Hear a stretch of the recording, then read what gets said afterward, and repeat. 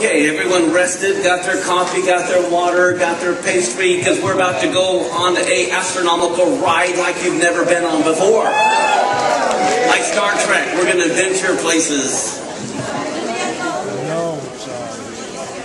I want to make sure everyone's got their notes. And now does it ask who doesn't have a note? Okay, who doesn't have notes now? Because we still have a few left. We want to make sure. All right, it looks like everybody has notes. And I hope everyone has a pen. Okay, we're going to begin at the beginning. Remember the Lord said He declared the end from the beginning? So we go to the beginning to find out the end. Now how many believe the King is coming? That's right, and the big question is, are you ready? That's the question. I tell you what, I would rather be wrong and ready than right and unprepared. So for me, we need to be a bride without spot, wrinkle, or blemish. We need to be ready. And so let's go to the beginning. Let's look at Genesis chapter 1, verse 14. It says, God said, okay, these are God's words. When God speaks, what are we supposed to do? Listen. And so listen what He said. He said, let there be lights in the firmament of the heaven to divide the day from the night, and let them. Now, I don't have time to go into all of this, but it's the fact that our pagan calendar, we only follow the sun. The Muslim calendar only follows the moon. But God said, I want them. He wants the sun and the moon, and it's only the biblical calendar that we want to go by when it comes to what God is doing. We need the other calendars to relate to one another. But just, like I said, when I lived in Garden City, Kansas, people had to have 2 clocks because they lived right on the border of a time zone. You drive 1 mile, it'd be an hour later. And so when we want to know what God is doing and hear from God, we have to be on His calendar. And so, take a look at these. I have a total lunar eclipse at the top, and then a partial lunar eclipse. And then to the far right is a total solar eclipse. In the middle is what we had this last week, an annular solar eclipse, and then a partial solar eclipse. Now, when we hear about God creating the sun and the moon and the stars, He says it is for what? Science. We would think He created the sun and the moon for light and heat. That's not even number 1, 2, 3, or 4. That comes like number 5 or 6. Okay, so God said the number one reason why He created these things in the sky is to send us signals. Like 1 is by land, 2 is by sea. And then He said it's for seasons. And in the Hebrew, the word season there is not winter, spring, summer, fall. It refers to the Moedim, the festivals. So in other words, God created these things to send signals to us on His feast days about coming events. Look at Luke 21:25. It says, there shall be signs in the sun and the moon and the stars. Did that come as a surprise when we just read in Genesis? That's why He created them. So if God says, I created the sun and the moon and the stars to send signals on my feast days, it should not surprise us in the last days if we see signs in the sun and the moon and the stars on His feast days. I mean, this is just simple logic. Look at Romans chapter 10, verse 17 and 18. Faith comes by what? Hearing. But we're supposed to hear what? The Word of God, not other man. He says, but I say, have they not heard? Yes, verily, their sound went into all the earth, and their words to the end of the world. Here's a picture of space. One particular picture from Hubble. Isn't this just incredible? I mean, I don't know about you, but I love astronomy. I love space because what does it declare? The glory of God. Look at all these stars. In Psalms 19, verse 1 through 7, it says, the heavens declare the glory of God, and the firmament shows His handiwork. One of the interesting things is where it says declare there, if you can read the Hebrew notes I put there, it's the same word for like a scribe. In other words, it's like God has been writing in the heavens. In fact, God is the scribe, and He's writing the whole story. So the heavens declare the glory of God. The firmament shows His handiwork. That word, if I want you to notice, I'm going to read the next sentence. It says, day unto day utters speech, and night unto night shows knowledge. Do you know in Hebrew, there's 2 different words for the word show? The first time when it says the firmament shows His handiwork, that's one Hebrew word. But then the second time, where it says the night shows knowledge, that's a different Hebrew word. So you have two different Hebrew words here with two different meanings. In one sense, that first one implies like a poem, like poetry. This second one is something different, and we're going to look at that here in a minute. Oh, before I go to that, let me finish reading this. It says, there is no speech nor language where their voice is not heard. Their line is gone out through all the earth, and their words to the end of the world. Do you see Paul in Romans, the verse we just read, was quoting Psalms 19. Do you see the connection from the verse right above in Romans 10, 17, and 18? How their words, their sound went into all the earth, their words to the ends of the world. He's quoting Psalms 19, 1 through 7, talking about the heavens are declaring the glory of God. In other words, it's like it's written in the heavens, and just like we talked about yesterday, if we have ears to hear, we're going to hear what the heavens are declaring to us. And then it says their words to the end of the world. What's fascinating, that word line there refers to like musical notes that are singing. It's like the heavens are singing a song to us. So that if we can only tune in to what God is trying to say to us. And then, look at this. I have all the little planets and the sun in our solar system here in this picture. And it says this, in them hath he set a tabernacle for the sun, which is as a bridegroom coming out of his chamber. And you know what the word for chamber there is? The chuppah. And so here it's like he created it, as for a tabernacle, like Sukkot. But here you have the chuppah. That's why he created it. And then it says it's like the bridegroom who is coming out of his chamber, out from his chuppah. And he rejoices as a strong man to run a race. His going forth is from one end of the heaven, his circuit to the ends of it. And there is nothing that is hid from the heat thereof. The Torah of the Lord is perfect, converting the soul. Well, now that's different. How many people believe the way you win converts is by showing them Torah? That's what this says. It's the Torah of the Lord is what's going to convert the soul. The testimony of the Lord is sure, making wise the simple. Tell you what, I'm a simple guy. And if we begin to understand the testimony of the Lord and the Torah of the Lord, He's going to make us wise, isn't He? I have on your notes a Strong's number 5608, which shows you where the word to declare, at the beginning, heavens declare. It means to score with a mark, to tally or record, to inscribe, to enumerate, to recount. So in other words, the heavens are enumerating the gospel. Now, let me just insert here. Danny talked about this the other day, but I want to really emphasize this. What is the difference between astrology and astronomy? I want nothing to do with astrology. Okay? The problem, and here's how you can tell the difference. Astrology, it's all about you. Astronomy, it's all about God. Okay, so if we stay God-focused, not man-focused, we're not going to get veered into all the weirdness. Okay? I want nothing to do with astrology. And the other thing with biblical astronomy, I do not set dates, but what I do is I just kind of look. I don't know how many of you like CSI or Crime Scene Investigator, where you look for patterns. I look for God's patterns. And then when I see God's pattern, beyond a shadow of a doubt, I go, oh, that's God. I know that's God. And what He's trying to tell me, that I don't know. But I know when God is speaking, and I ask God for understanding of what He's trying to say. Now,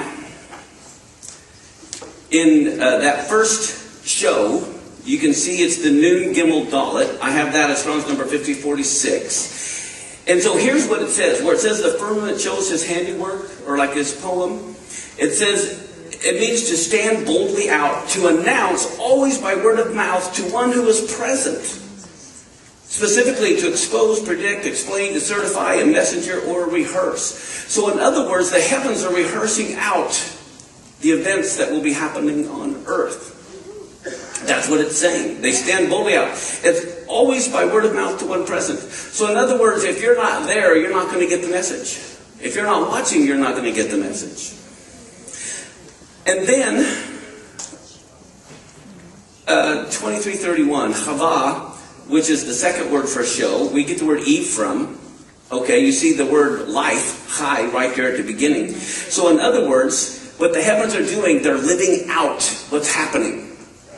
That's what he's trying to say. That the heavens are living out what is happening in the heavens. And I believe Danny's going to be talking about that a little bit this afternoon, how there's just like there's the war on earth, there's a war going on in heavens.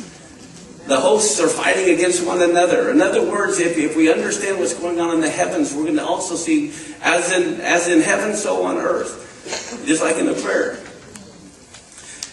Now look at Deuteronomy 4:26. God says, I'm going to call heaven and earth to witness against you this day. Okay, it's always in the mouth of 2 or 3 witnesses, right? So God says, okay, heavens and the earth, they're going to witness against you. They're my witnesses. And what do witnesses do? Testify. They speak. Okay? So here, it's like the moon. Right? The heavens, the moon, the stars, earth. Everything's going to witness against us. Look at Psalms 89. I'm going to go back one. Psalms 89, 35 through 37. Look at what it says. God says, once have I sworn by my holiness, I will not lie to David. Now, how many of you know God's not going to lie to David? It says, his seed shall endure forever, and his throne as the sun before me. It shall be established forever as the moon, and as a faithful witness in heaven. Okay, so the sun, the moon, the stars are God's faithful witnesses. Right?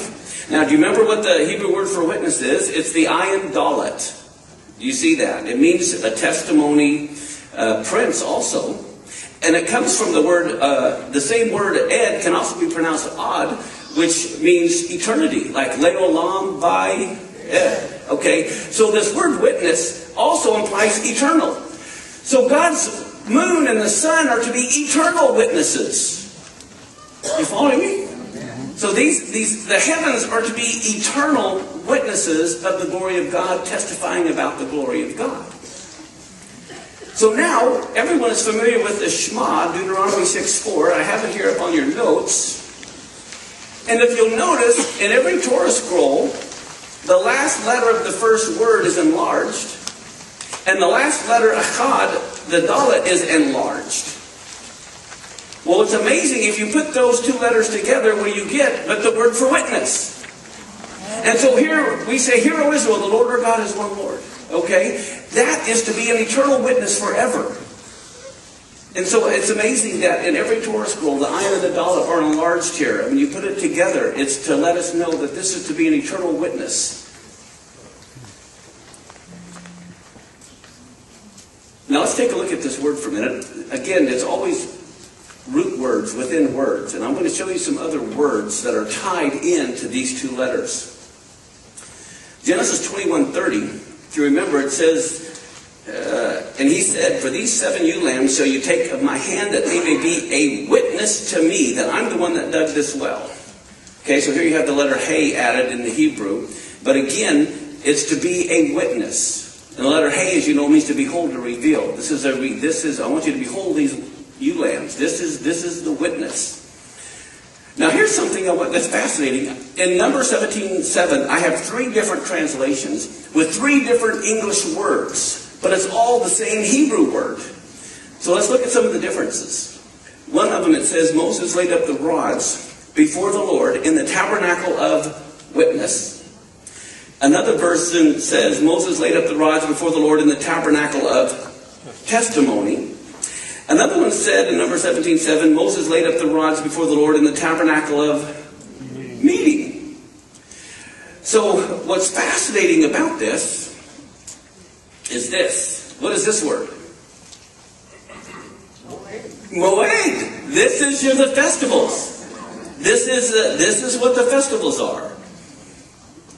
Okay, before I go to that one. So look at Numbers 1 and 2.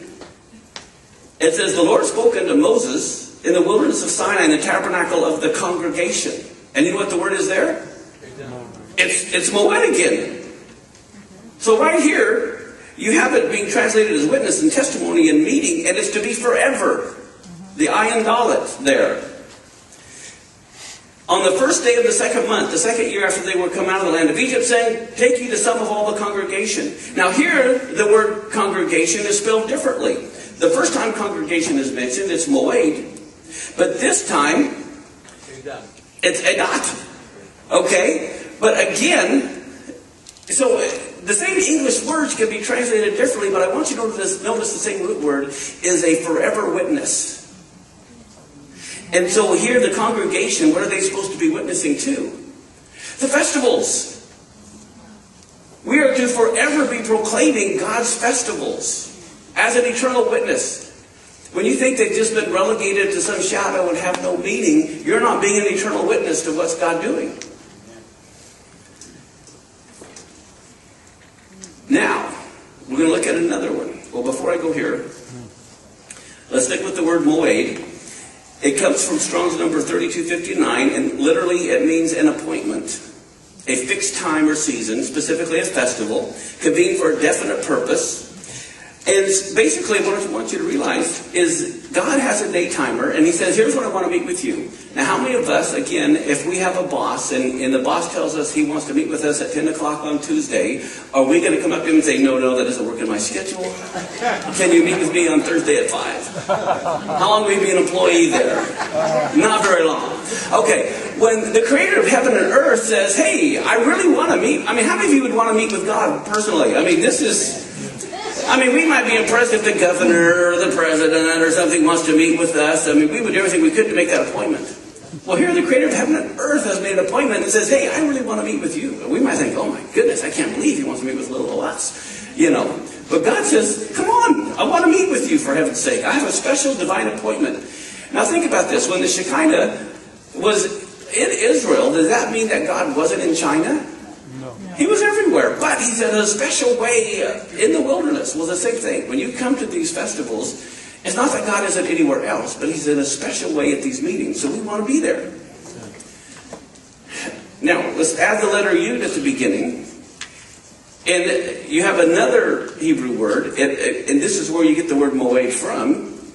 But you have, again, to fix upon by agreement, by implication to meet at a statement of time. And then it says to engage for marriage. And your marriage, in one sense, God wants to forever be espoused to you, married to his bride. All right? Now, how many of you want to be at the bride of the Messiah at the wedding? Well, don't you think it'd be a good idea to be at the dress rehearsal? Okay, so if you're at the dress rehearsal, you got a better idea of what's happening. Now, the dress rehearsal is not the real event. You're rehearsing, which is why the Moeds were dress rehearsals for the real event. For heaven's sake, why in the world would you not want to be at the dress rehearsal of the wedding of the Messiah?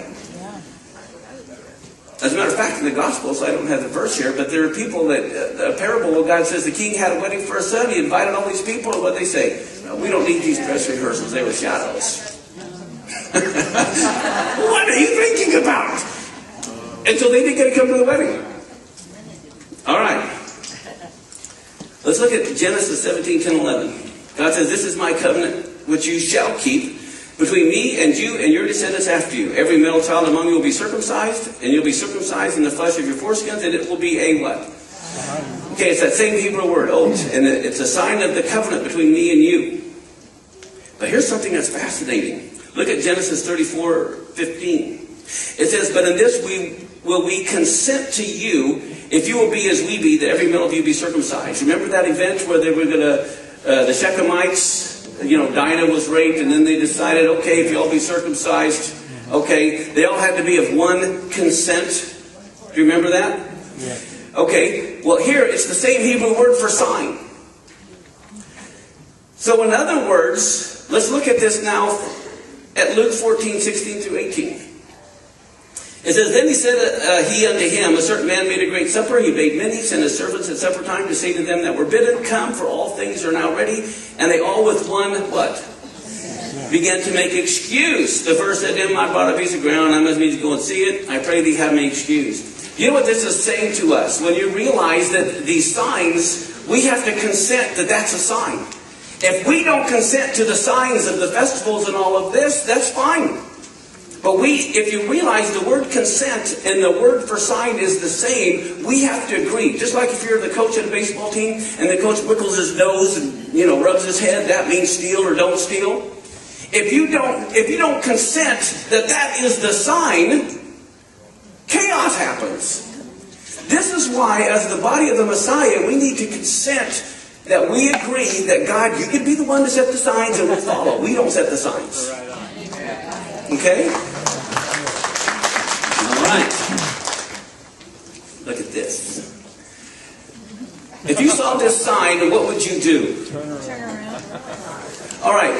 But here's the amazing thing. How would you like to see, let's say you're going 60 miles an hour and you saw this sign. What would you do if you were going 60 miles an hour and you saw this sign?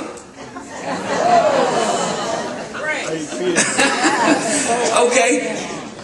The signs in the heavens are signals, not that the event's going to happen on the day of the sign. Just like if you have an eclipse on a certain day, that doesn't mean that it's going to happen on that day. I'm not setting dates, but I'm saying these are signals. Whether it's 8 feet ahead or 8 miles ahead, trouble's brewing, trouble's coming. You following me? So these signs in the heavens are basically like God's signals saying, slow down, listen to my words, look at what I'm trying to say, I'm trying to communicate to you, trouble's ahead. Does that make sense? Let me go ahead and go. Here's an example. If you saw this sign, what would you do? It is time to run. Danger. Bull ahead. If you're not following this sign, if you don't pay attention to this sign, this is going to be the result. Okay. So all I'm saying is, now how many of you know, I mean, there's a lot of people that be out there and prophesy this and that and this and that, and a lot of times my first reaction is, do you keep Torah? If they say no, I'm sorry. You know, but here's the thing. How many of you know we cannot control an eclipse? You know, any person may control an eclipse. Okay, and we don't control that calendar. So that's how I know a prophetic sign in the heavens, because man can't control or manipulate it. And this is a sure word from God. Okay, in Psalms 147, let me see if I want to do this right now. Okay, I want to show you something. How many of you remember when Jupiter got hit? Remember when Jupiter got hit? Yeah. 21 different fragments hit it. It was started on a Shabbat, July 16th, through July 22nd, 1994. That's when that event happened. But you know what you may not be aware of? It was the 9th of Av. Judgment. Judgment. This is when the temple was destroyed both times. Judgment is coming. Judgment is coming. And what do you see? 21 fragments hitting Jupiter. Now this is incredible. Especially, let me see, I want to make sure I've got my notes. Let me see, I don't want to go ahead too far. I have a lot of verses running in my mind. And I reprinted my notes. And so I don't want to jump ahead of myself. But I'm going to go ahead and jump ahead of myself. And if I forgot to print them, then at least you'll have heard it. What is the planet Jupiter's name in Hebrew? Tzedek has to do with righteousness. It's righteousness. Like a tzaddik. The tzaddik dalet kuf. Is that what it is? Okay, tzaddik dalet kuf. Tzaddik. It's like your tzedekah box. It's righteousness. So here we see Jupiter representing righteousness, falling on the day of judgment, and God says, I will judge the world in righteousness. I'm going to be showing judgment in the planet Jupiter on the 9th of Av. I'm trying to show you my judgment that's going to be done in righteousness. Now, there was more to this that I got this morning that just went ding, ding, ding, ding, ding. And so I'm going to close with that. So we're going to get back to this. But when I saw this and I'm looking at the year, I said, there's something significant, there's something significant. And then all of a sudden, the lights came on. Now, you know what else it was? The Torah portion that weekend was Devarim. These are the words. These are my words. Just like the 10 words from God. So God is speaking The very Torah portion is Devarim, which means these are my words. I'm the one that's speaking here. I will judge this world in righteousness. But there's more.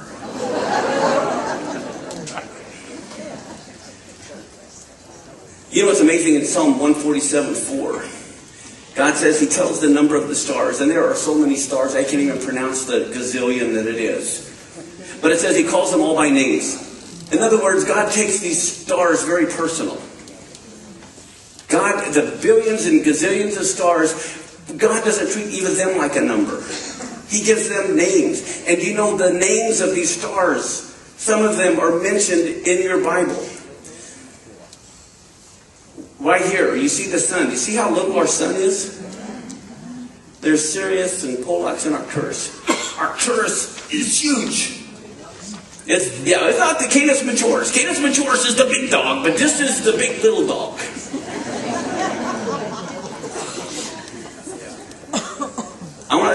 Before I go on, I want to tell you a little bit about this star, because this star is one of my favorite stars.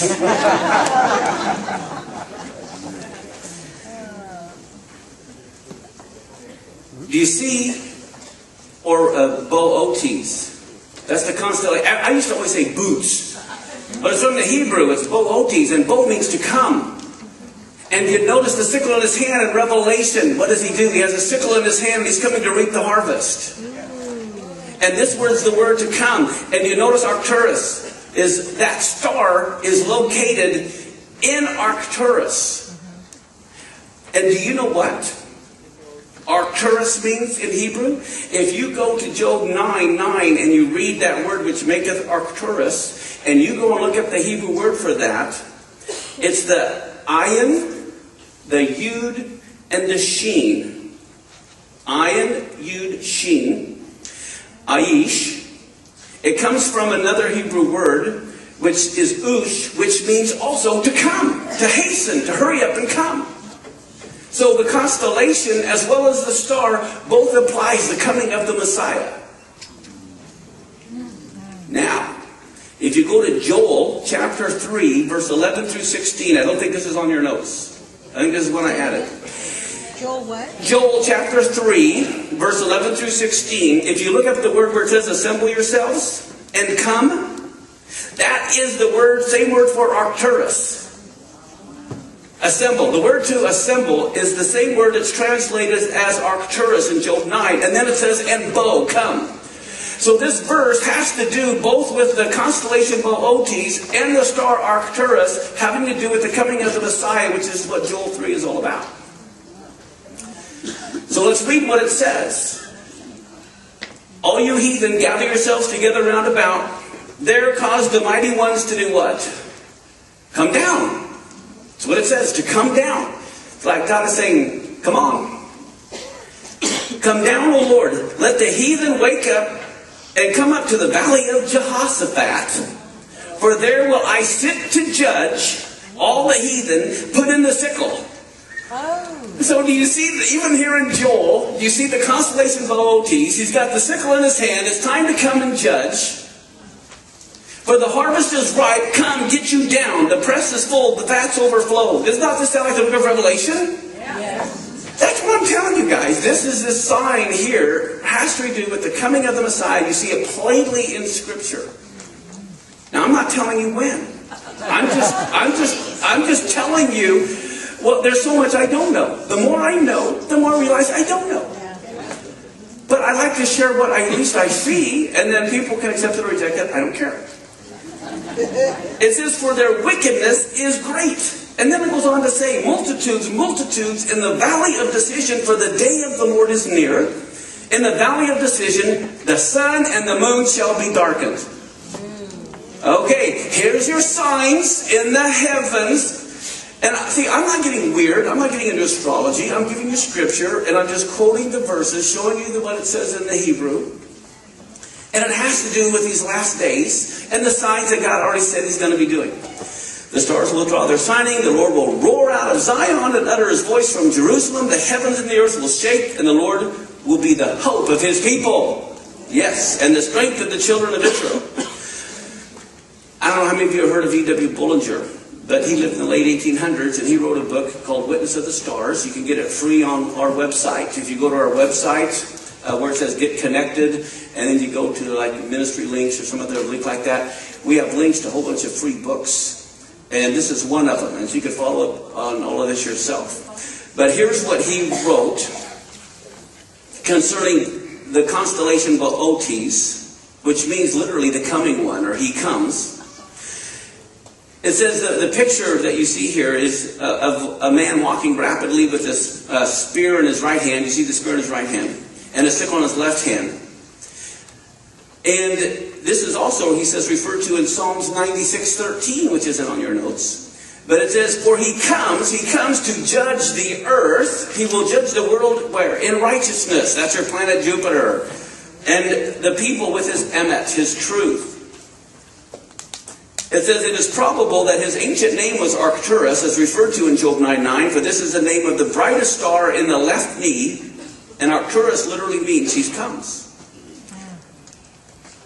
In Isaiah 51:5, what does the Lord say? My righteousness is near, my Yeshua is gone forth. Now think again of righteousness is Jupiter, salvation is Yeshua. He says, my arms will judge the people, the isles will wait upon me, and on my arm shall they trust. Let's look at Acts 17:31. Again, because he's appointed a day in which he will judge the world, how? In righteousness. By that man whom he's ordained, whereof he has given assurance to all men that he has raised him from the dead. So in other words, we can see this whole concept of God judging the world on the 9th of Av. In one sense, he's giving a signal. I'm judging Jupiter.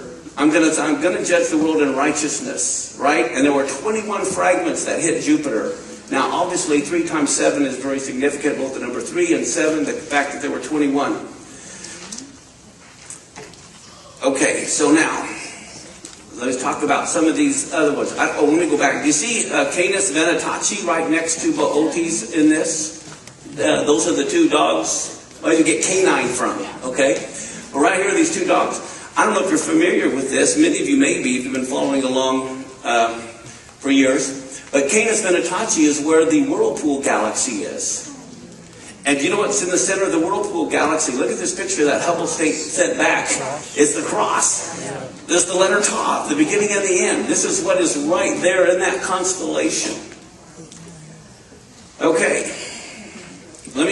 Now, do you remember, what did I say Boötes has to do with? And what does Arcturus have to do with?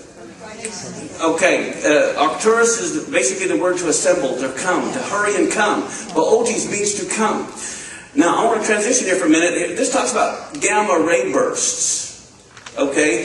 And it says that a gamma ray burst are short-lived bursts of gamma ray photons, the most energetic form of light. At least some of them are associated with a special type of supernova, the explosions marking the deaths of especially massive stars. Okay? This is quite fascinating astronomically. This made the news when this... well, first off, I'm a kid.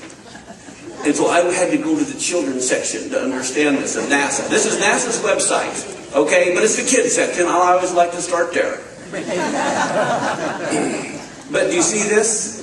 This is a picture that they actually got a photograph of a few years ago of a gamma ray burst. Here it is right here. I have the yellow. Watch it blow up. You're going to see it. Watch the little in the yellow. You'll see the star. Did you see that? When they got the video of the explosion? Watch right there. Boom. They actually had it recorded on their telescopes, this massive explosion of like 10 billion suns that happened out in the universe.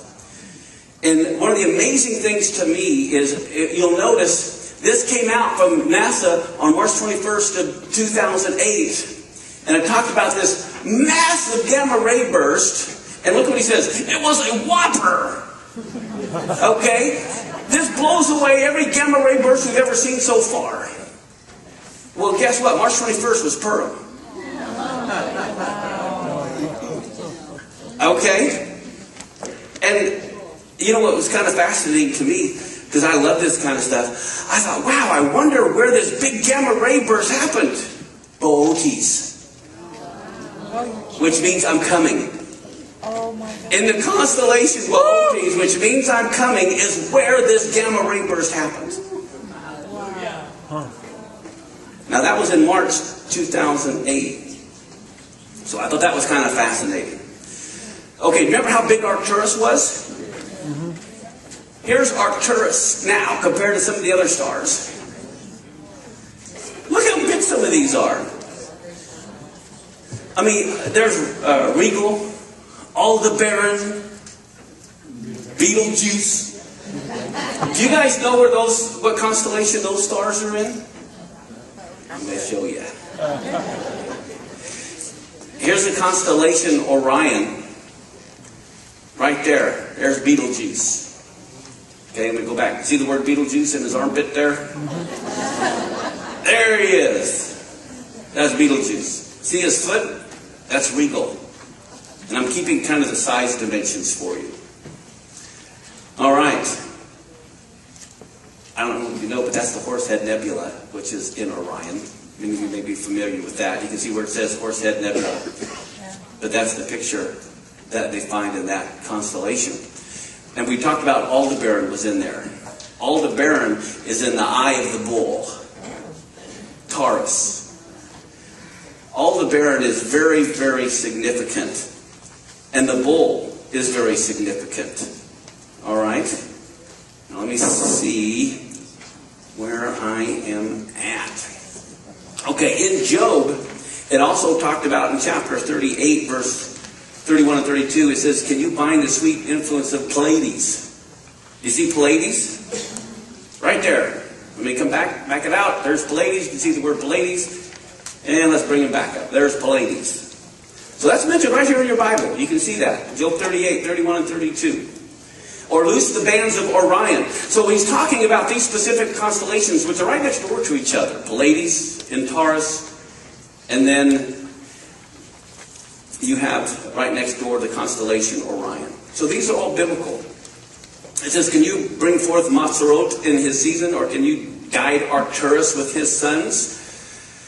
Okay, so he's talking about Arcturus. He goes back to Boötes. So these three constellations are what are of particular interest here to God. Otherwise, he wouldn't have mentioned them. But here's what's fascinating. The Hebrew word for Pleiades. I want you to look at this. I have this in your notes. The Hebrew word for Pleiades is Kemah. And it's a cluster of stars. And it refers to 7 stars. 7 stars in particular. And look at 3558. It comes from the root word here, kumaz, which means to store away as a jewel, a treasure. And so here you see these 7 stars of Pleiades being stored away as a treasure in the constellation Taurus. Some of you are tracking. Now, let's keep looking. In Malachi chapter 3, verse 16 through 18. It says, and they that feared the Lord spoke often one to another, and the Lord hearkened, and he heard it. And a book of remembrance was written before him for them that feared the Lord, and that thought upon his name. And he says, they will be mine, says the Lord of hosts, in the day when I make up my jewels, I will spare them. How many of you want to be tucked away in the constellation Aleph? Taurus, the bull. As a man spares his own son that serves him, then shall you return, and then you're going to discern between the righteous and the wicked, between him that serves God and him that serves not. Look at Amos 5:8. See, this is the difference again between astronomy and astrology. Look at what it says. Seek him that makes the 7 stars. Don't get caught up with the 7 stars. Seek the one who makes the 7 stars. And Orion. And turns the shadow of death into morning, and makes the day dark with night. That calls for the waters of the sea, pours them out from the face of the earth. The Lord is his name. So here you have the 7 stars or jewels, and what do you find in Revelation? In his right hand are what? 7 stars. This is referring back to Pleiades. Okay. You know what the Syriac name for Pleiades is? Sukkot.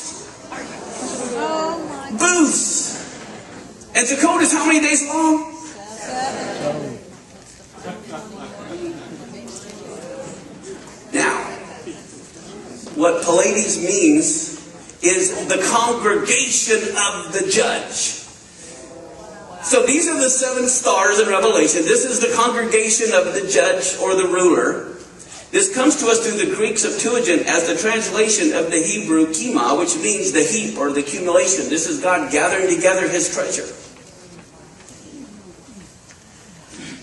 So there's your 7 stars. There's Pleiades.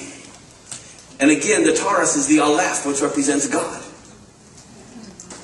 So this is the constellation, the bull, and Aleph or Aleph means ox or bull in the Hebrew. That's why this is his focus, and this is like the number 1 constellation, like the Aleph is the number 1. This represents God. Pleiades represents the 7 churches, or the body of the Messiah. The heap, that's what's accumulated, which is tied to Sukkot. You see in Psalm 144:14, it says that our oxen may be strong to labor. That's the word aloof. So this is the letter aloof in the Taurus, which has to do with everything that Frank has been talking about as well. Aleph also means a family, from the sense of yoking or taming, like an ox or a cow. And what do you have in this picture? You have the picture of a bull who's rushing forth with mighty energy and fierce wrath, his horns set so as to push his enemies and pierce them through and destroy them. You see that little star at the top of his horn is Alnath? I put that up there, right at the tip of the bull's horn. That is part of the, you can't really see it because it's a little dark, but Alnath, that little star, is attached to the tip of that horn. Well, first off, let me say this. The stars in the constellation Taurus present a brilliant sight. There are at least 141 stars, besides 2 important groups of stars, which both form integral parts of the sign. The brightest star, which is in the bull's eye, right there, okay, that is Aldebaran, which means leader or governor. You almost see the word Devar in there, the word. And it's in the bull's eye of the bull. And that very star means the leader or the governor. That's why Pleiades is the congregation of the leader or the congregation of the governor. The star at the left tip, at the tip of the left horn, is the name Elnath, meaning wounded or slain. Another prophetic intimation that this coming Lord should be first slain as a sacrifice before He comes. That is what that name means, of that star. No more coming forth to suffer and die, a sacrifice for sins. The reference now is only to His second coming in glory, His coming unto this earth, and not to suffer for sin. This is why Hebrews 9:28 talks about Him coming the second time unto without sin unto salvation. But this time it will be a coming in power to judge the earth in righteousness and to subdue all the enemies under His feet. It's a prophecy of Messiah, the coming judge and ruler and Lord of all the earth. And the name of the sign in Chaldee is Tor. We get Taurus. In the Chaldean language, it's Tor. Now here's what's amazing. The more common name was Sar, which is from a root which means both coming and ruling. And what does Sar mean in Hebrew? A prince. As a matter of fact, in Joshua chapter 5, verse 15, it talks about the captain of the Lord's host said to Joshua. Well, the word captain there is Sar. And who do you think the captain was? Yeshua. And he says, take your shoes off your feet. You're sitting on holy ground. Well, guess what? Watch this. We're going to add a Vav. And you know what that becomes? Bull. But guess what? You add the pay to get shofar. So here you have the whole concept of the bull of Taurus representing the prince, representing his voice speaking out as a shofar. So let's go back. You have Sar. Okay, put in a Vav. You get the bull, and then you get shofar. Isn't that fascinating how these are all tied together? You have the bull, the prince, and the shofar. And what does Deuteronomy 33:17 say? Let me see if I got here. Okay, Deuteronomy. Now, I like to stick with the Bible. Look at Deuteronomy 33:17. His glory is like what? Taurus. The heavens declare the glory of God, and here He's saying His glory is like what? The Taurus, like a firstborn bull. His horns, like the horns of the wild ox. Together with them he shall do what? Gore the people to the ends of the earth. They are the 10,000s of Ephraim and the thousands of Manasseh. Why? In Jeremiah 31:9, Ephraim is my firstborn. So this ox not only represents the Aleph and God, but represents God's firstborn, Ephraim and Manasseh, who with their horns are going to push the people to the ends of the earth. Wow.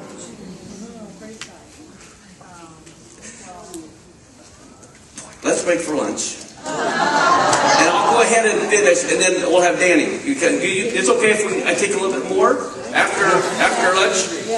Let me see, I got a few more pages here. But it is, wait till you see what's coming.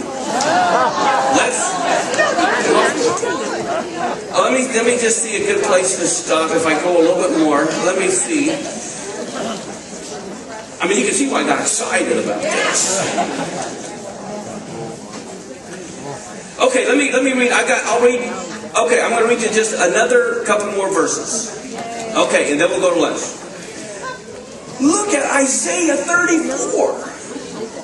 This is verse 1 through 8. And what does he say? Come near. Just like the word bow. He says, come near, you nations, to hear. It's like he's shaking the nations. You listen up, you nations. I'm talking to you. And he says, and heed you people, let the earth hear and all that is in it, the world and all the things that come forth from it. The indignation of the Lord is against all nations. His fury against all their armies. He's utterly destroyed them. He's given them over to the slaughter. Also their slain will be thrown out. Their stench will rise from their corpses. The mountains will be melted with their blood. The host of heaven will be dissolved. The heavens will be rolled up like a scroll. Their hopes will fall down as the leaf falls from the vine, as the fruit falls from a fig tree. My sword has been bathed in heaven. Remember in Revelation, what does he have in his hand? And out of his mouth was coming a sharp sword. And indeed it will come down on Edom and on the people of my curse for judgment. The sword of the Lord is filled with blood. It's made overflowing with fatness, with the blood of lambs and goats, the fat of kidneys of rams. The Lord is a sacrifice in Biltz, and a great slaughter in the land of Edom. And then look what it says. The wild oxen will come down with them. This is with the host of heaven. The wild ox is coming down. The young bulls with the mighty bulls. Their land will be soaked with blood, their dust saturated with fatness, for it's the day of the Lord's vengeance, the year of recompense, for the cause of who? Isn't this interesting? So this whole constellation Taurus is pictured in the heavens, and it's written in the book. It is the prophecy of a coming judge and coming judgment that is coming. Look at Psalm 44, 4 and 5. You are my king, O God. Command deliverances for Jacob. Through you we will what? Push down our enemies. It's through your name we'll tread them under that rise up against us. We are not to be afraid of these last days. We're going to be the wild ox, the ones of Ephraim and Judah that are stomping. The word there means to war or to butt with the horns. Okay, so what's going on in the heavens is a sign of what's coming on earth. I don't know if it's a mile ahead or 8 feet ahead. But this is what God has been telling us is coming since 1994. Yeah. He's been warning us of this coming judgment, so He's gracious. Yeah. Let's look for a minute at some signs in the heavens, and then we'll go to lunch. Solar eclipses. Back in 2008, I saw that eclipse over the Temple Mount. Okay, this was in March. Yeah. And then when I was researching this, I went to the solar eclipse chart, and I noticed in 2008, 2009, 2010, there was only one total solar eclipse each year. There were your annular eclipses, like we saw last week, but there was only one total solar eclipse each year. And if you'll notice, they're on different dates. It was August 1st, July 22nd, July 11th. But guess what? On the biblical calendar, they were all the same day, the 1st of Av, the day Aaron died. Beginning judgment. Okay? And when I saw that, and I thought, oh my goodness, judgment is coming to the nations in 2008 around Rosh Hashanah. Because this is the time of judgment. Well, guess what? That solar eclipse that happened in the head of the crab, which was unclean, representing the nations who were coming to attack Israel, which is Virgo. And here, the Lion of Judah is stopping the nations from trying to come and attack. Wow. And that solar eclipse happens on the head of the crab, which meant judgment is coming to the nations. This was on the 1st of August 2008. So back then I was telling people, look what's coming to the nations, big time of judgment. So here's that eclipse I saw in March. And then I noticed, wow, these total lunar eclipses are happening in April 2014, October 2014, and both times they fell on Sukkot. And then I went to the next year. And what do I find? Oh my goodness, here we have a total solar eclipse beginning Nisan 1 of the religious calendar, followed 2 weeks later by a total lunar eclipse on Passover, followed by another solar eclipse on Rosh Hashanah, followed by another lunar eclipse on Sukkot. And I thought, if you don't think God's trying to communicate something to us that's going to be happening in 2014, 2015, you're not listening. That's your innocence. Yeah. I want to look at now is some signs in the heavens. This is a picture of that annular eclipse last Sunday. I think this was from China. I don't remember where I got this. But anyway, it's kind of amazing, some of these things. Do you know where this took place in the heavens? Taurus. That's where it took place. You can see this is where it's coming into an eclipse in the heart of the bull, in the heart of Taurus. Now, the amazing thing to me, here it was May 20th, 2012, but guess what? It was ER 28, Jerusalem Day, the same day Jerusalem was captured by Israel in 1967. So here you have it happening in the heart of Taurus on ER 28, which is the very day Israel recaptured Jerusalem in the 1967 war. Now, do you guys remember what was the day on our calendars in 67? No, not talking 1948. We're talking about 1967 war. It was June 6th. It was June 6th. Now, on the biblical calendar, it was ER 28. And so that's why, of course, Israel's going to go by the biblical calendar first, and the regular calendar second. So that's why it was, it's celebrated kind of both times. Jerusalem Day is celebrated on ER 28, and it's also celebrated on June 6th. One is more or less when it happened on the biblical calendar, and then one is when it happened on our calendar. Right? Which I think was significant that it was seven days before Shavuot that this event happened. Okay, what I want to do now is talk a minute about the planet Venus. You can see Mercury is the smallest one, and then Venus, and then Earth, and then Mars. And I have here the Hebrew word for Venus, and what is it? Noga. And what is your daughter's name? Noga. Okay. I have this confirmed. This is the name for the planet Venus, and you get the word brightness. Remember, Venus is what? The bright and morning star? Okay, so that's Danny's daughter's name, is this bright, beautiful morning star. It means to be brilliant, to be clear, to be shining. I have on here this, the Aramaic word is basically the same, Strong's number 5053, and it means the dawn or the morning. That's why Venus is known as what? The morning star. All right? And the morning star gives most of its light just before the break of day. Okay, so here's a picture of Venus. As you know, it travels. But anyway, I just want to see how bright it was. Venus is known as the bright morning star. And it's basically the brightest natural object in the night sky next to the moon. The moon is going to be the brightest. The second brightest is the planet Venus. And Venus reaches its maximum brightness shortly before sunrise or shortly after sunset, for which reason it has been known as both the morning star and the evening star. As a matter of fact, when it's morning in one place, it's evening in the other place. Okay?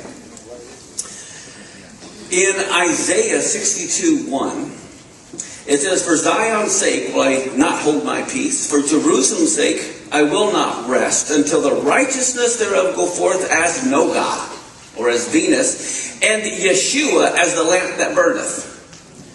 So remember what Danny was saying the other day about parallelism in Hebrew. They say the same thing twice in two different ways. So it's almost like it's saying goes forth as Venus and Yeshua as the lamp that burns, equating Yeshua with the planet Venus. Now, Isaiah 61 through 3, it says, "Arise and shine, for your light is come. The glory of the Lord is risen upon you. The Gentiles shall come to your light, and kings to the brightness of your rising." That's Noga. Okay, so again, it's like the brightness of Yeshua. Look at 2 Peter 1:19. "We have also a more sure word of" what? "Prophecy, whereunto you do well that you take heed, as unto a light that shines in a dark place until the day dawn and the day star rise in your hearts." It's like the planet Venus arising, but it's Yeshua rising in your heart. Yeshua's likened into that day star, which again refers to brightness and refers to Venus. Now here's something, here's a picture of, this time I didn't take away the land. This is this coming July 9th, the West Coast at 4 in the morning. You can see the land here, and Venus is rising. It's just right next to the land. It's that bright morning star, 4 in the morning. Okay, but here's something that I want to talk about that's kind of interesting. So here is Venus, and listen to this. This is what I've got from one website. It says, Venus is one of the 4 solar terrestrial planets, meaning that like the Earth, it also has a rocky body. In size and mass, it is very similar to the Earth. Venus is often described as Earth's sister. Okay? Earth's sister. Now, what I think is interesting is our relationships with the Lord. We have a lot of different relationships, and so does Israel. Think about this. Israel is called son. Israel is called daughter. Okay? And so we have these relationships with God. God's our father, God's our brother, and so we have these different relationships. So when God speaks to us about Israel, how does he do it? He tries to describe it in different ways. But did you know that, like, these are groom, the bride and the groom. So all these different relationships. But did you know that not only are we called his bride, we're called his sister? Did any of you know that? We're called God's, or the bridegroom's sister. Look at this. This is from, let me see where on that. Song of Solomon 4, verse 9. He says, "You have ravished my heart, my sister, my spouse." And guess how many times he calls the bride's sister here in the Song of Solomon? 7 times. 7 times you see the word sister mentioned in the Song of Solomon, and he's speaking to her as my sister, my spouse. So again, it's just trying to form different relationships. Now what I think is interesting is, again, Venus and Earth are called sisters, and here you have us and Yeshua, and we're called the bride and also his sister. So I want you to see this correlation here. Pleiades is known as the 7 sisters. Pleiades, the 7 stars, you can look it up. They're also known as the 7 sisters. So here you have the 7 stars or the 7 sisters. And then, so I want you to think of Venus as Yeshua. In Revelation, he comes to the 7 churches. It's like he's coming to his 7 sisters. Is everyone connecting with me here? Okay. Guess what happened this last year at Passover in the sky? Get a load of this. Do you see Venus? Over Passover, you're going to see her visit the 7 sisters like he's visiting the 7 churches in Revelation. Now watch this. This is what happened at Passover. Roughly, we're going to start here. First, March 31st. Let me go to the next one. Here's April 3rd. You'll see the Venus is right there with Pleiades. And then April 6th moves just past it. That was Passover. So it's like right before Passover, going into Passover, you have in Taurus, where it's like his bride, his sister, is being protected. It's like he's going through inspecting the bride. Wow. Now,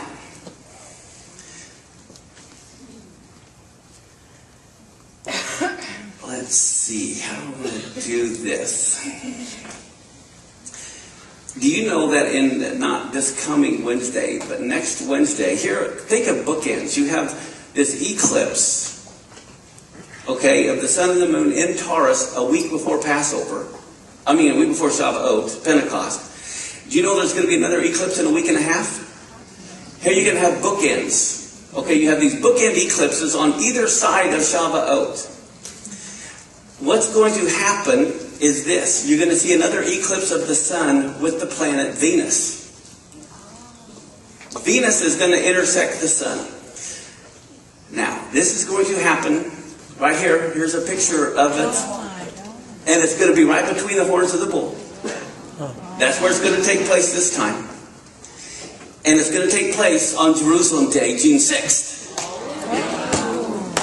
So here you have, right before Passover, on ER 28, you have the moon eclipsing the sun in Taurus. And then a week after Shavuot, you're going to have Venus eclipsing the sun right in the middle of the horns. Now, the sun represents the nations. Yeshua is about to go to war against the nations who are coming to divide Israel. Okay, here, all left represents God the bull. And it's like, okay, this is what's coming. Judgment is coming to the nations. Now, you're going to see this all in the scriptures as this unfolds.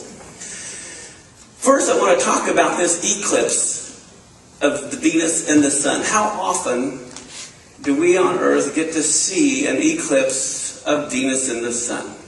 Okay? You can go to NASA's website, and I'm going to read directly from their website.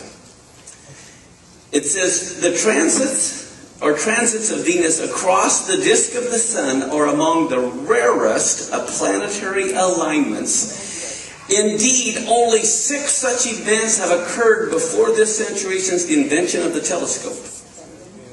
Okay, here's when they occurred. I have the dates right here. December 7th of 1631, 1639, 1761, 1769, 1874, 1882, and then it happened 8 years ago in 2004. It's happening in 2012. This will not happen again for another 100 some years. So it gives you an idea of how rare this is. Now, because God did everything mathematically, they now can tell you exactly to the day when they've happened 5,000 years ago and when they're going to happen the next 5,000 years. I don't know if you notice a pattern here. They're 8 years apart. And then they're 122, 105, 122, 105 years. This is the exact pattern. It's actually 122.5 and 105.5. But I'm just giving you the idea that everything is in a pattern when it comes to math, when it comes to astronomy, when it comes to biblically different things happening. So that's how they can tell you exactly when they've happened, how long ago they happened, and how often they're going to happen. Okay, it's all science.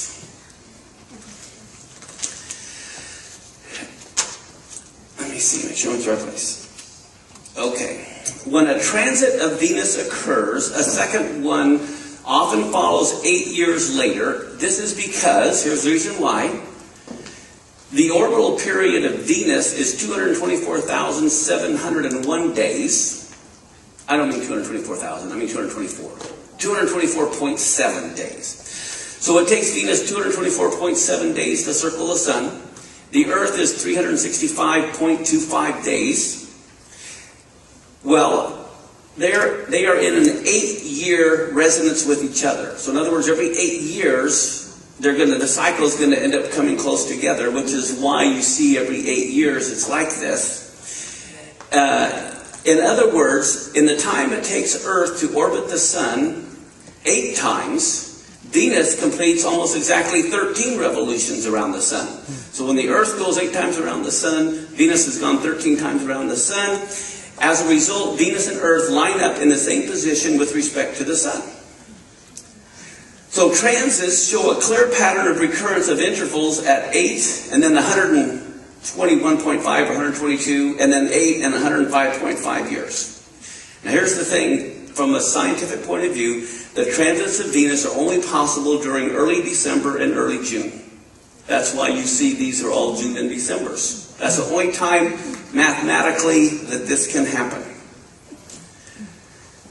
So here's what's amazing. I just you can get this calendar for free. It's a download of, when you can go back many years and see when they fell on the biblical calendar. And one of the things that I did was kind of fun, just to look to see if there was any significance to any of these. Shavuot weekend on that set, Kislev 25, Hanukkah in that set, Jerusalem Day this year. And in 2004, the Venus went this direction, like that. Or 2012, that's coming up. 2004, it transited the sun down here. And in 2012, it's going to come across the sun here. Now, the question is, okay, well, where are we going to be? Are we going to be able to see this? In 2004, the United States couldn't have seen it at all because it's all in the dark. It wasn't visible. But it was visible entirely through Europe and Africa. So this kind of gives you an idea of where in 2004. Now, unless you lived somewhere else than here, in 2004 we didn't see this, so that's why it's kind of not on our radar. It didn't affect us at all. And it only doesn't happen again for another 100 years. You can see how this is a once-in-a-lifetime event for anybody and everybody. Here it is for Venus, for 2012 coming up. We're going to get a great view, okay? But it's going to be at sunset. So at sunset next week, you're going to be able to see the eclipse if you stay up. I think it's like almost at 10 o'clock at night or, whatever sunset is. But anyway, if we have clear skies here in Washington, you'll be able to see it. And again, it will be able to be seen in Israel and the Middle East. So anyway, I just wanted to give you an idea of just when and where this is going to be seen. For this eclipse to take place, it takes 6 hours. So if you wanted to see the whole thing, some of these places are going to see all 6 hours. Here in Washington, we're only going to see, I don't know if it's an hour or what, we're not going to see the whole thing because the sun's setting. But we're going to be able to see the beginnings of it. You following me? So some people get to see all 6 hours. Israel, some of the places they'll be able to see it during the day. Can you imagine being in Israel and you're watching for 6 hours? You can see Venus transiting the sun. And like I said, where does this occur? In Taurus. And again, like I said, the sun represents the nations. So God is going to go to war against the nations. Listen to Zechariah. This is chapter 12. Verse 6 through 9. And remember, all the barren is in the eye of the bull, and it means governor or leader. And it says in Zechariah 12, 6 through 9, in that day will I make the governors of Judah like a hearth of fire among the wood, and like a torch of fire in a sheaf, and they shall devour all the people round about on the right hand and on the left, and Jerusalem will be inhabited again in her own place, even in Jerusalem. The Lord also will save the tents of Judah first, that the glory of the house of David and the glory of the inhabitants of Jerusalem do not magnify themselves against Judah. In that day shall the Lord defend the inhabitants of Jerusalem, and he that is feeble among them at that day shall be as David, and the house of David shall be as God, and as the angel of the Lord before them. And it shall come to pass in that day that I will seek to destroy all the nations that are coming against Jerusalem. And this is happening on Jerusalem Day, guys. Look at this. Listen to the connection of what happened a week before Shavuot on Jerusalem Day. Here at Shavuot, we can have on Jerusalem Day, so both calendars, be it the pagans or the Jews, are all going to see it happens on the same day. It doesn't matter which calendar it's on. These things are happening. This is not coincidence. No, not at all. Here's something else that I had shared several months ago at El Shaddai. This year is very significant when it comes to alignments. Okay, just like your chiropractor, you got to get an alignment. There was something special about this particular religious calendar year that's different than most religious calendar years, which is why it's exciting to see these events happening this year, because God is getting everything in alignment. Let's go. This year, Rosh Chodesh Nisan, was a special Rosh Chodesh, Nisan. As you know, Nisan 1 could fall on a Monday, Tuesday, Wednesday, Thursday, or Friday as the calendar moves. But this year, it fell on Shabbat. Now, what is so incredible about that is the Torah portion that it fell on was Vayikra, which is Leviticus 1:1. So here we have, it fell on a Sabbath. And that Torah portion, the Ikra, is all about Moses assembling the tabernacle. And this Torah portion is about the very day Moses was assembling the tabernacle. And so here you're reading about Moses setting up the tabernacle on the day Moses set up the tabernacle on the Shabbat, which was Nisan 1, on the very day, from the very Torah portion that the events actually happened. And in Exodus 12:1-3, is where it says, the Lord spoke unto Moses and Aaron in the land of Egypt, saying, this month will be to you the beginning of months. It will be the first month of the year to you. So this is the Nisan 1. This is what Moses understood. And this reading contains the very first commandment given to the Jewish people as a nation, to sanctify the new moon. And so here they're keeping the very first commandment, and it's a Shabbat. And they're reading about Moses assembling the tabernacle. So how often do we see in the alignment of the Torah portion? See, it's one thing for Nisan 1 to fall on a Shabbat. It's another thing for it to fall on the Shabbat. At the same time, the Torah portion is being read, Vayikra. When does that happen again? 2015. 2015. It falls on the Shabbat, Nisan 1. So again, you can see how significant 2015 is in the alignment of things that are coming. In one sense, the Rosh Chodesh reading, what I just read in Exodus 12, describes how this supernatural change of a calendar is going to influence their everyday lives. Because no longer are we on the normal pagan calendar. God says, you're to be separate from the rest of the nations. I want you on my calendar, not their calendar. As a matter of fact, what's kind of interesting about this year, also, it says in Genesis 8:14-16, it was in the second month, on the 27th day of the month, that the earth dried from Noah's flood. And God spoke unto Noah, saying, go forth out of the ark, you and your wife, your sons, and your sons' wives with you. So what do we see? Oh, first off, I want to bring out here, in case you didn't know, in July 2015, we have a total solar eclipse as well. That falls right at Nisan 1 on the religious calendar. So this is why 2015 is very significant. But now I want you to look at Genesis 8:14-16. On the 27th day of the month is when Noah, the earth was dried. It's November 13th this year of 2012. Is the 27th day of Heshvan. I have the 28th day of Heshvan. Let's see, November 13th. Oh yeah, I'm pointing out November 13th. The Genesis said it was on the 27th day that the earth was dried. And guess what? So the next year, or the next day, is the first day of Noah's new life. And we have another total solar eclipse this year on the very day after Noah stepped off the ark on the biblical calendar. So you can see that this year also is going to be pretty exciting with what's coming. In other words, it's like new beginnings. Now, if you remember April 4th, 2015, we have the total lunar eclipse on Passover. This is after the total solar eclipse on Nisan 1 in 2015. 2 weeks later, we have the total lunar eclipse on Passover. And then the end of the year, we have the solar eclipse on the Feast of Trumpets, followed by the next lunar eclipse on Sukkot. So there's the 2015 is looking up to be a very interesting year. But now here's something that blew me away this morning that I hadn't seen before. Now, I've showed this already, but there's a twist to this. The Shemitah years. Now, how do you know a Shemitah year? The Jews say it's the Hebrew years divisible by 7. That's the Shemitah year. So here in 2001, which was a Shemitah year, That's when the economy collapsed and where the Dow was down 7%. This is the day before Rosh Hashanah.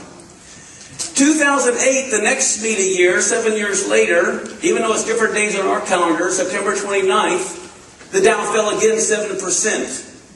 I don't know what's coming on September 13th, 11/29 in 2015, but we sure got a lot of signals coming from God.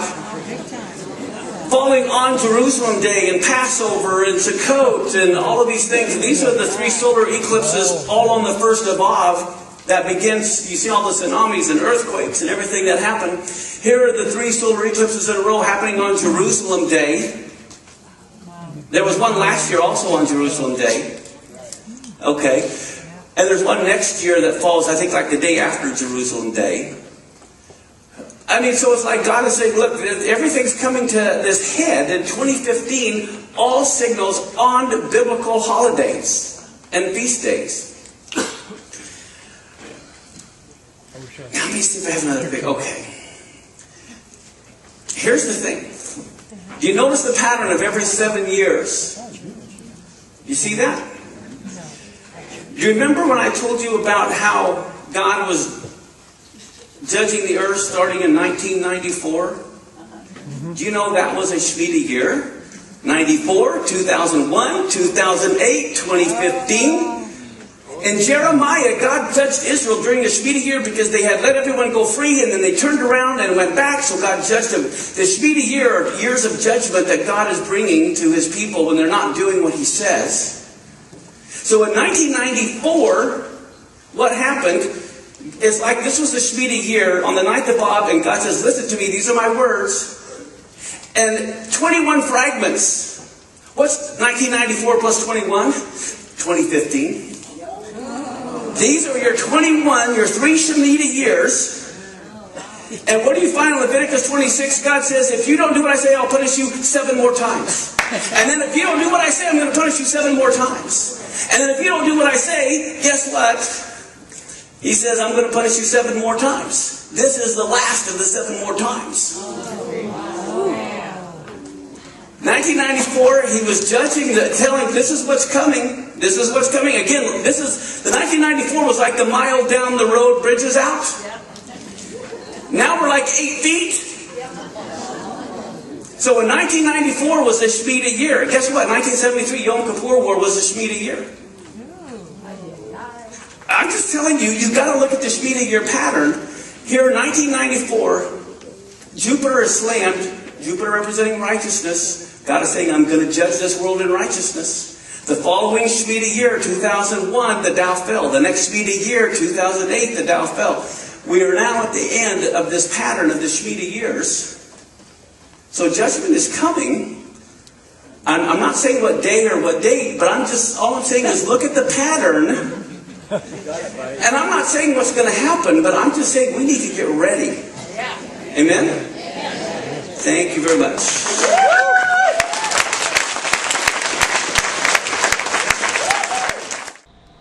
Thank you for studying with us today. If you have any questions regarding the material discussed, please contact me at my email address. It's pastormark@elshaddaiministries.us. Be blessed and shalom.